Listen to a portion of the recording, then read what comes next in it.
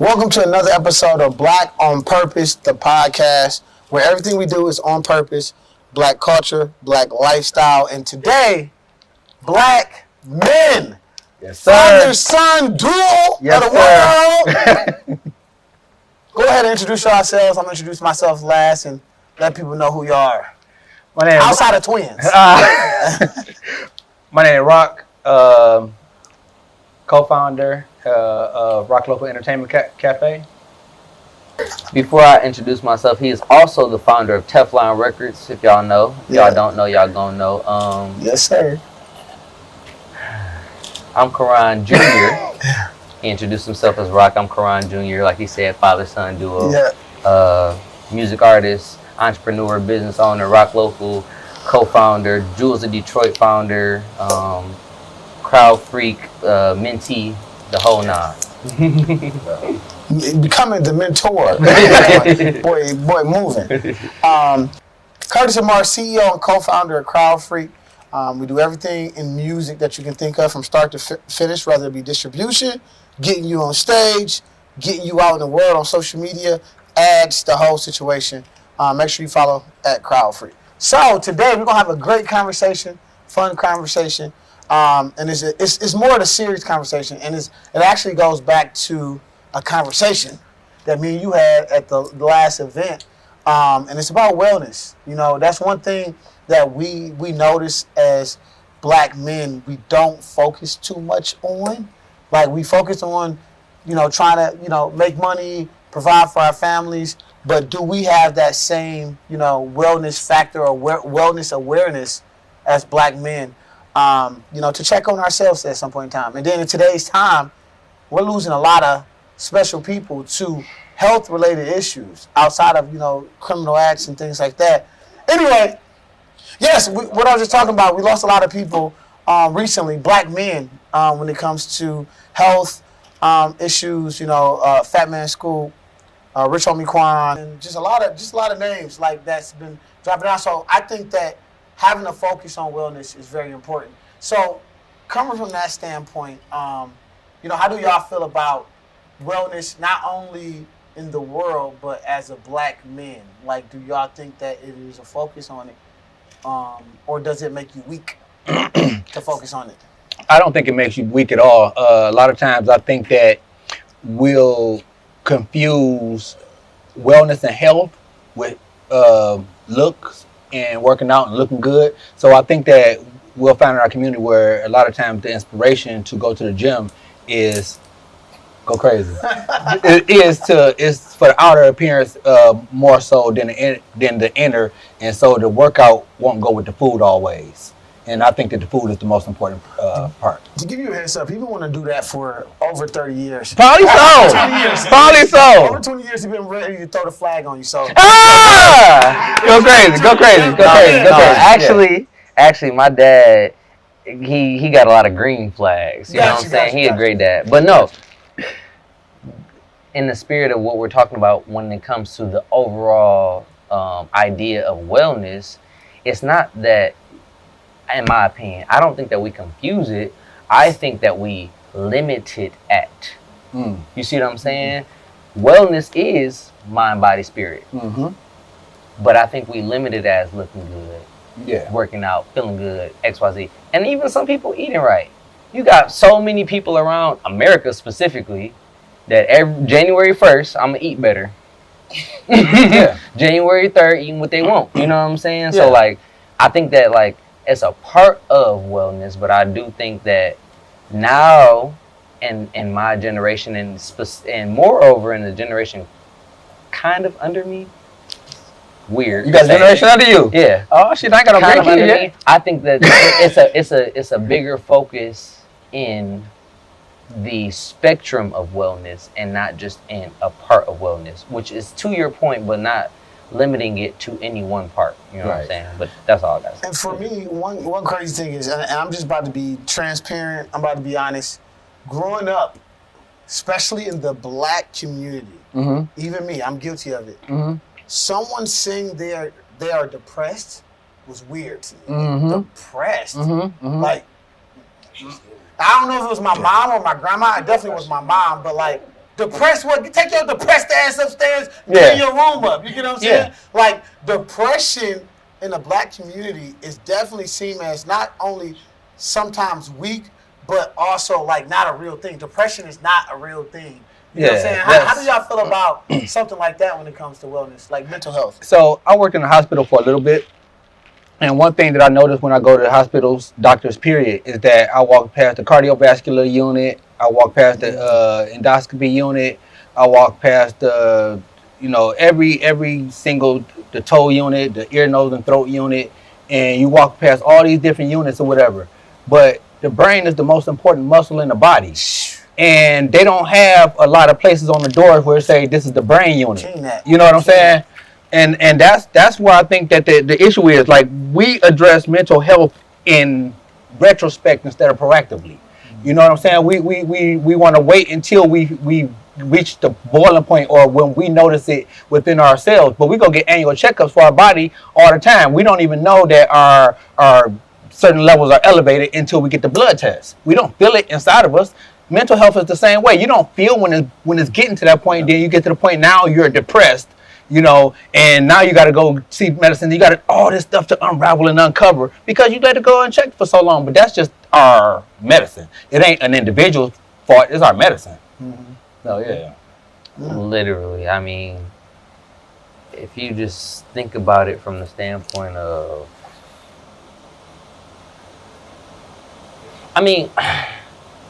like Black on Purpose, right? Mm-hmm.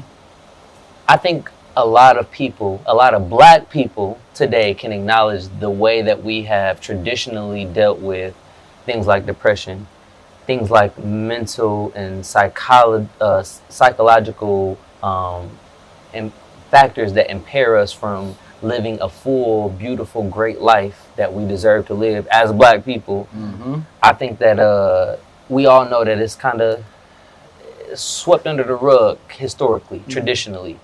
But also, like I said, I think we are coming to a place where we're starting to acknowledge it and realize it. And I'm going to speak from my standpoint. And I think it's so cool because I have my dad right here to the right of me. Mm. Like, if I personally ever would have come to my parents and said that, it would have been met with a different response. It would have been met with love, compassion, consideration, understanding, help. You know what I mean? So I do think it's unfortunate and unfair that so many people, generations of people have had to deal with that response to being what today would clinically be classified as depressed. Because Black people got more of a right and a reason to be depressed in this society than anybody who goes to get help for being depressed in this society. You know what I'm saying? So it's just unfair and unfortunate. But like I said, I think it's changing in a lot of ways. And even with my dad being his age, he still acknowledged that throughout my upbringing. So I think that we are making the shift and the transition in our community and in our culture. And well, you just kind of got to my next point where it seems like you've been through this your whole life and you felt cared for. When was the last time you felt cared for? When was the last time you cared for yourself?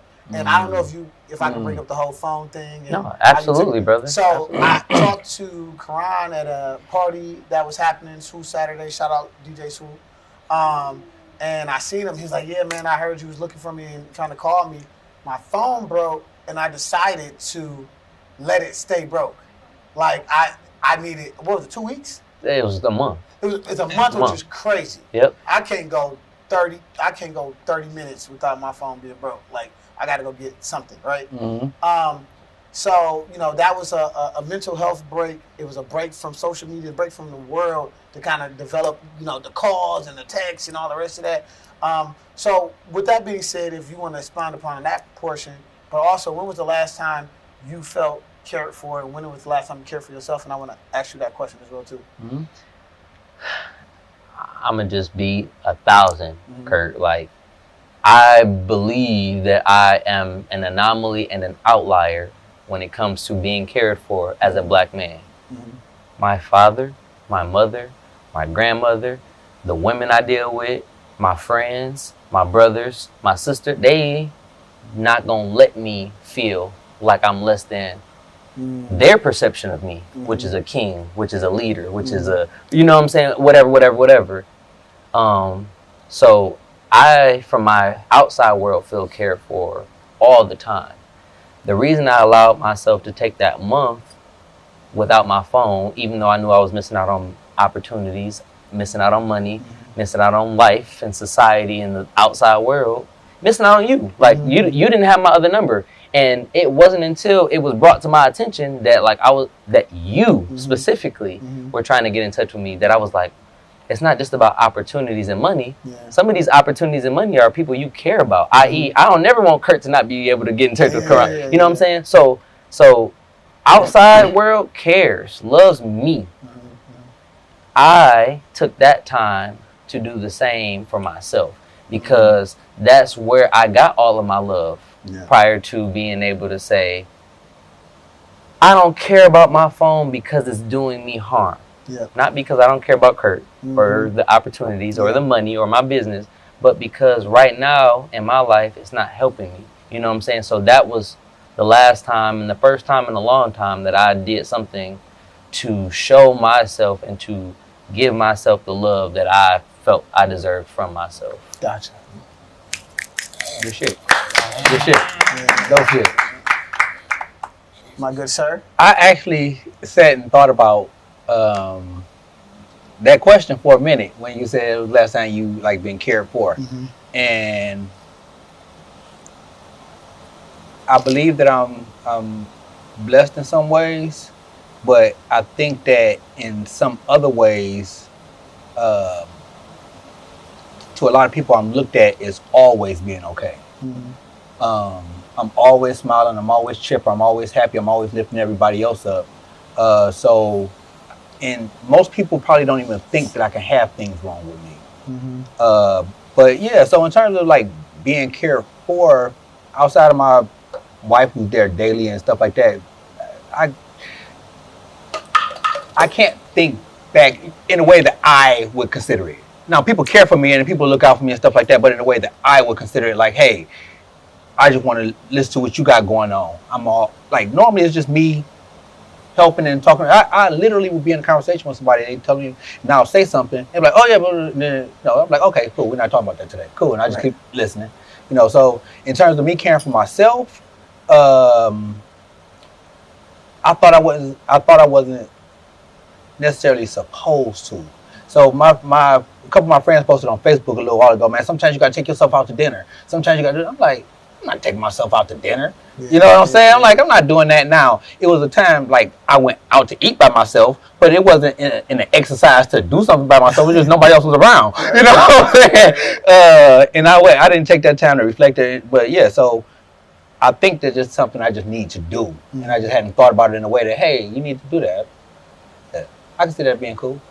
Yeah, and I mean, even for me, like, I think I'm an anomaly as well, too, in that I never drunk before, I never smoked before, like, ever, like, don't even know what alcohol tastes like, right? And I thought I was untouchable. Right. I'm like, oh, I'm about to be the most healthiest person.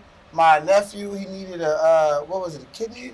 He needed a kidney. I'm like, I'm about to give him my kidney. Like, it's going to be, when he got to be of age to get a kidney that could fit, he needed one. And I'm like, oh yeah, I'm cool. Like, I'm great, you know, and I'm thinking that drinking and smoking was the only wellness piece. And bam, diabetes. I mean, I'm not overweight. I got a belly. Right. But listen, it was crumble cookies. Lawsuit coming soon. It did it. It was what put me over. Are you a kidney donor? 5 of those. You a kidney donor? Huh? You a kidney donor? Oh no, let me finish. Okay. I knew where it was going. Yeah. So I thought I could be, and then last year, right after we left the cruise, great time. We was living a life, Corey, wasn't we, man? You said what? I wasn't. Oh, you wasn't there? Oh, wait, okay. Anyway. It's affecting his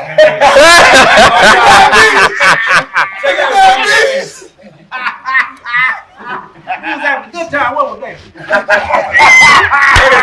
got no commentary. I just wanted to give you a minute to breathe, buddy. Yeah, me too. I got one on the time.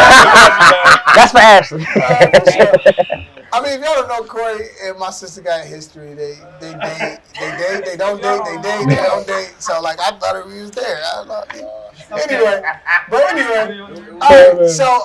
yeah, I thought I was invincible. I thought I could give my nephew Kenny and then diabetes hit, right? And what I thought was what kept me healthy, wellness-wise, was one part. Remember we talked about all the parts of wellness, right? Mental wellness.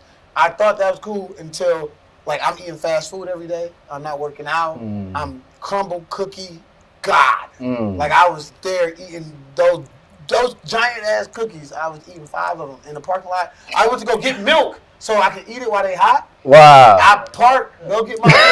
I had a half a gallon of milk. I finished the whole half gallon, too. Ate my cookie, 5 of them joints. I'm about to go get me one. I'm about to give it. Thank you for the commercial. I'm done. Oh, they're so good. That might help you a lot. I hate it. I was addicted. Maybe it is though, Pyro. Let me keep talking. Right? Yeah, I was addicted. Oh man. That's funny. So yeah, just going back to that it's several parts of wellness that, you know, especially diabetes run heavily in my family, run heavily in the black community. And everywhere you look, there's either a liquor store, a billion liquor stores, or a McDonald's. Yeah. Like everywhere we go, or a crumble cookie. Or crumble is not even in the hood. I've never heard of I'ma go get it. I've heard of insomnia. I'm not got that right either. Right. But crumble cookie? No, That's crazy. But it's okay. That's You just said I traveled miles to be oppressed. Stay in the crowd where you belong. My bad, Jay. My bad, my chat. Wait, so you had to drive to get crumble cookie? About 20 minutes, 25. Wow. That's not a drive. Okay, it wasn't that I bad. mean, he lived in Houston for 15 years. A 30-minute drive. Oh yeah, that's just natural. That's That's normal. Yeah. Shut up. But anyway, so yeah, it's for me, like, you know, and you know, I don't really speak about it on camera, and you know, diabetes, thank God, is not really something that you can't reverse and you can't get better, and I have been better about it. But when it comes to mental health, I mean, for me, from a standpoint, I don't know. I just really just live a happy life. I lived the life that I wanted to live. You know what I mean? You know, I travel in the direction of my dreams. You know, to be able to live the life that I want to live. And I always talk about a quote: "Do what you got to do when you have to do it, so you can do what you want to do when you want to do it." So I work pretty hard. I'm still working very hard to do what I want to do. Take my family on vacation. You know. Go to different places. Invest in Kentucky State University homecoming concert. Nice. You know what I mean? So just doing the stuff that I want to do. So like I truly don't. I mean, younger, I felt like I was depressed and I felt like I was scared I was going to die consistently every day. I don't know why that was a thing for me. Like psychologically. Psychologically, like I'm about to die soon. You know what I mean? But you know, thankfully, my mom just told me to say thank you, Jesus. Like, to be honest with y'all, this is just pure transparency.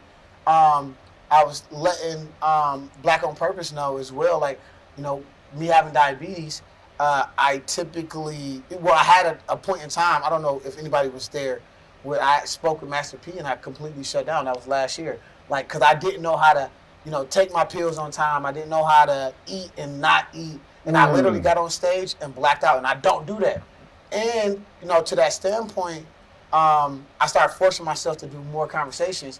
And when I used to tell myself, like, I think I'm going to die, my mom told me to say, thank you, Jesus, thank you, Jesus, thank you, Jesus. Y'all don't know this, but I probably said thank you, Jesus 1,000 times while I was up here. Because the anxiety came back over me. Wow. Like, literally, like, came over me. And like, while y'all talking about thank you, Jesus, thank you, Jesus, thank you, Wow. Jesus. And then I'm cool. I'm back cool. So, like, again, going back to mental health, that's something that my mom told me to do when I was thinking about stuff, so I could stop thinking about it. You know what I mean? So, and now, like, I did it up here several times, and I mean, y'all probably wouldn't know that anxiety is.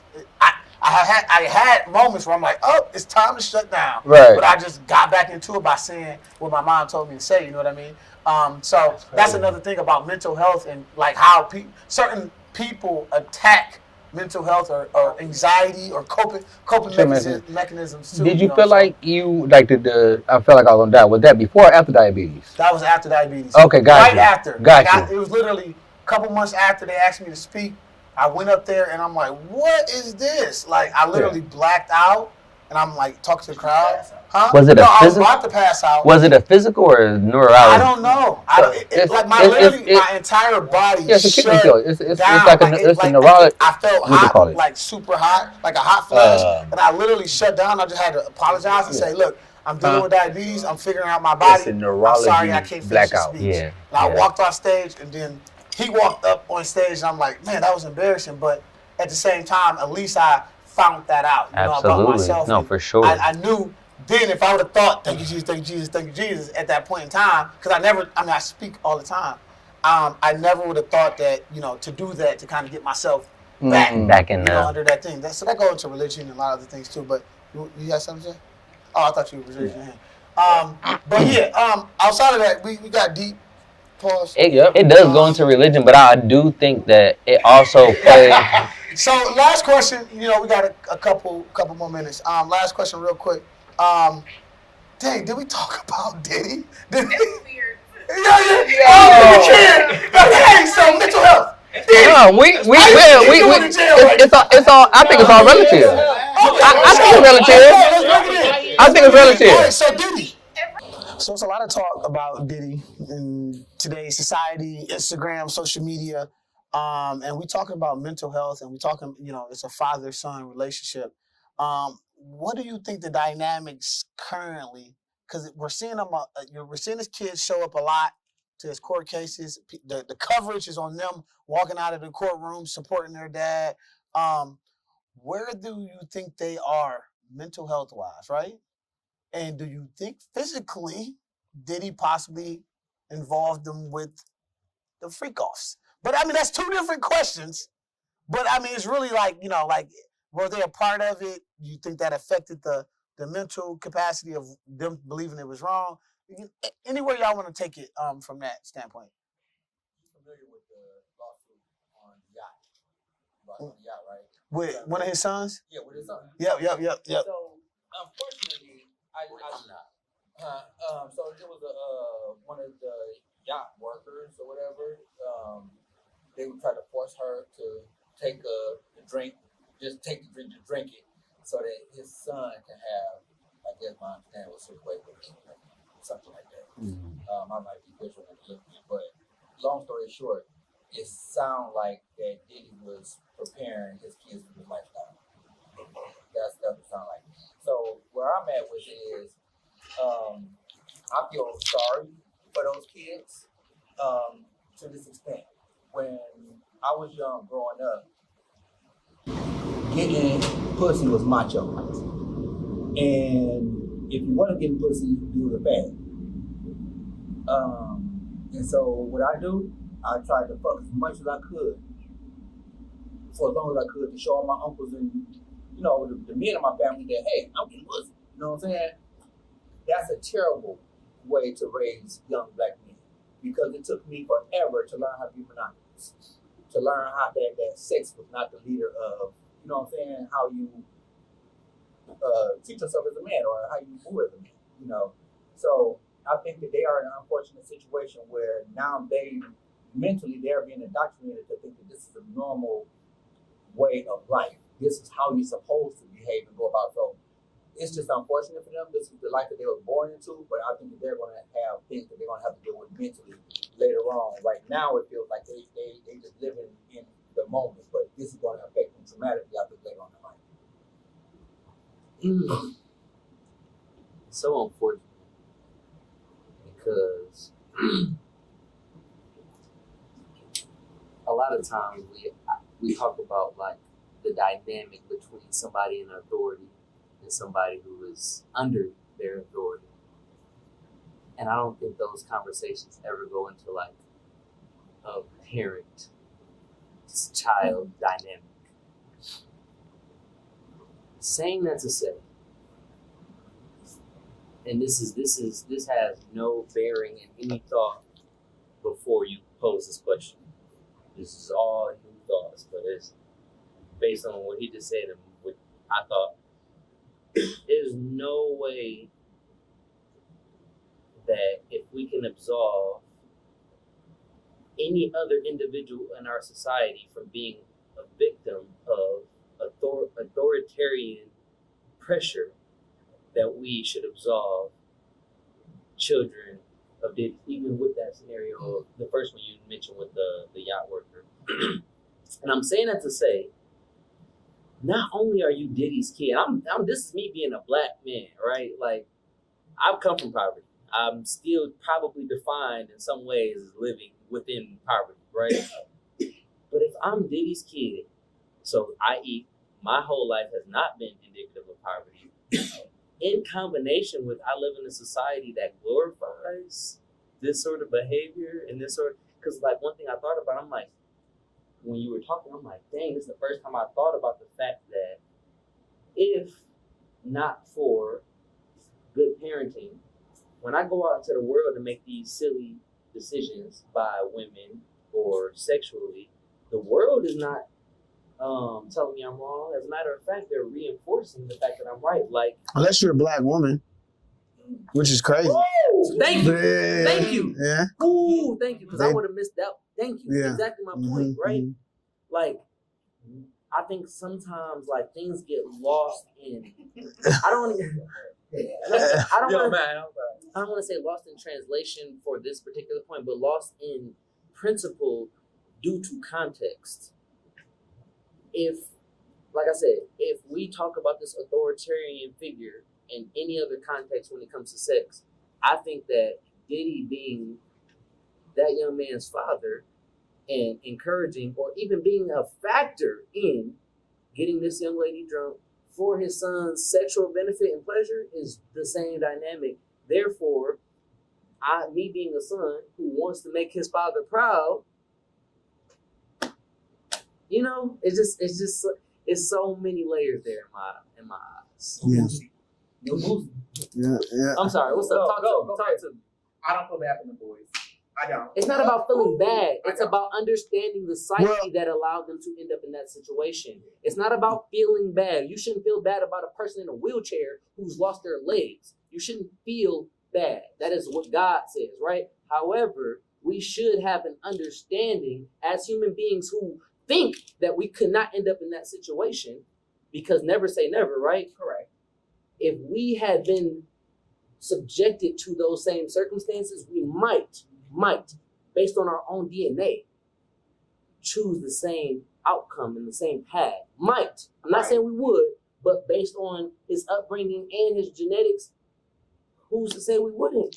So what you about to say? But also with that, even with not so much Justin, because Justin got a whole different mama. It's Christian. That's the whole thing about it, right? So his kids specifically? Yeah, Christian. Okay, so again, I don't know the context on what. His mother was him. Okay? His father is Sean Puff Daddy Combs. Wait, so are you speaking to the nature aspect right now? Most definitely. This is my thing. He is literally him in the flesh. That's the whole thing Diddy about in the it, flesh. right? Diddy in the flesh. Nature, Everybody Diddy in the has flesh. been telling Christians to have his own identity. People know Christian as Diddy's son. And then if you see the videos of them walking out of court, you can tell that Christian has something hiding. There has been speculations that Christian and Justin are in them damn videos of him doing the freak. Oh yeah, they for sure. And on top of that, Quincy is getting closer to his actual father, which is AB. Isn't that a coincidence? Wait, okay, so because we're talking about wellness, psyche, black people, all I'm saying is, yes, they might be in them fucking videos. They're probably more than likely in them videos. Why are they in them videos from a psychological wellness standpoint? If this is how I was granted the access to these environments, these scenarios. You need to fuck somebody. Or no, wait, time out. My dad introduced me and groomed me. You about to get some coochie. And not only did my father groom me and train me, society tells me as a black man, let alone being affluent, if I'm in poverty, if I'm a man, it's not black man, if I'm a man, sleep with who you want to sleep with, do what you want to do, you're not going to get penalized. Like, there's a lot of things that... I literally got scolded This is probably a week ago. It might have been some people in this room with the conversation too. I don't know. But anyway, I don't know. But I got scolded when I said when I lost my virginity. They was like, "You was that old?" I'm like, "Damn, Crazy. I'm like, "Oh shit!" Crazy. I wanted to go back in time in the conversation. Like I gotta start earlier. You get what I'm saying? And like real talk. It might have been y'all. I don't remember. The story about virginity was great, but I enjoyed it. But it was great when you tell the story. Yeah, Crazy. yeah, So for sure. that's the exact point. So like I'm not saying that Diddy did not birth kids who may have derived and developed a consciousness that should allow them to be smart enough to not allow themselves to be in that situation. I'm not saying that. But I think that all of us have been victims of peer pressure. Yeah. I think that all of us have been victims of authoritarian pressure, i.e. if you see the police and you speeding, what you gonna do? Slow down. That's pressure, right? We talked about that in the podcast the other day too. You know what I'm saying? So like I think that there are varying levels of how social understandings or social pressures can make us do different things. So I'm not saying that they are not complicit, but I do think that in terms of wellness, in terms of how that could have played a factor, them being his children, him being their father, I think that there's a large window for the things that can transpire or take place based on that factor. You know what I'm saying? So let me well, real quick, let me give it because Corey been waiting patiently. He threw a flag earlier. So let me let Corey talk real quick too. Go ahead. I want you to understand this, like in the perspective realm of it. Them kids don't have no control over who they was created by and what's going on. You are a product of your environment. If a nigga was raised by assassins, 9 times out of 10 grow up and be an assassin. You know what I'm saying? Yeah. So it's not we can't just focus on the outcome of what they became without looking at everything that drove them to the path of it. You know what I'm saying? Yeah. Like, and I feel like that's a problem in our culture in general. We see headlines and we blender people immediately. They freaky ass was there. They seen it.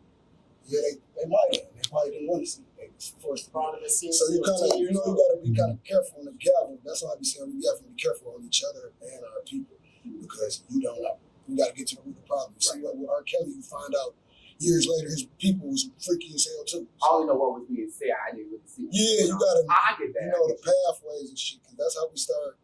We judge people so fast, bro. Like, I know. Sorry, I just want to throw this out there. I know we like overtime like shit. Yeah. But Karan Senior, you just finished talking about what was expected of you growing up, and literally what I'm hearing you say through your son is that you broke the cycle. And change the expectations. Absolutely. Right. And so how do we get, what is that conversation about breaking the cycle? What is that conversation about? So for me, I was a young parent. I was 19 years old when I had Karan. So I didn't know what to do. Only thing I knew is what I didn't want to be done. The things that I felt like kind of hurt me, the things I can remember that hurted me as a kid. And I wanted to get out the streets. And I had to figure out how to be the best father for him. So it was less about what I was teaching him to do and just not repeating what was taught to me. And that's all I knew to do.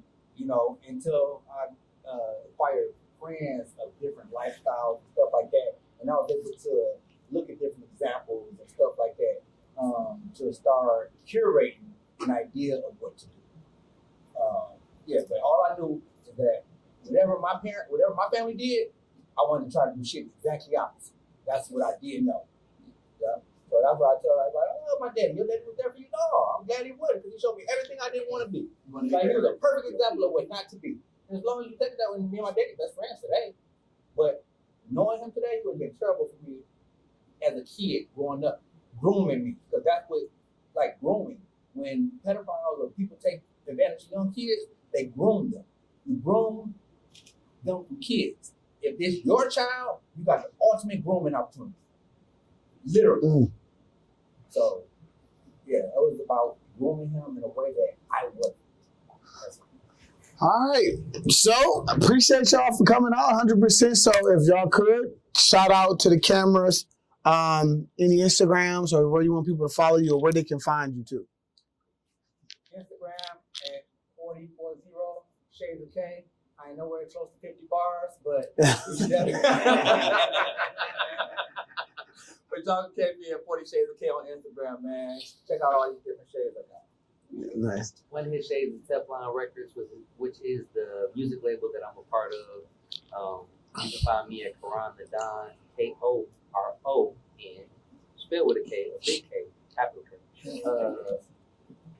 Jules in Detroit, like I said earlier in this podcast, Crowd Freak Mentee, Detroiter, Highland Park native. Thank y'all so much. Absolutely. Yep. So I go by Curtis Lamar, CEO and co-founder of Crowd Freak.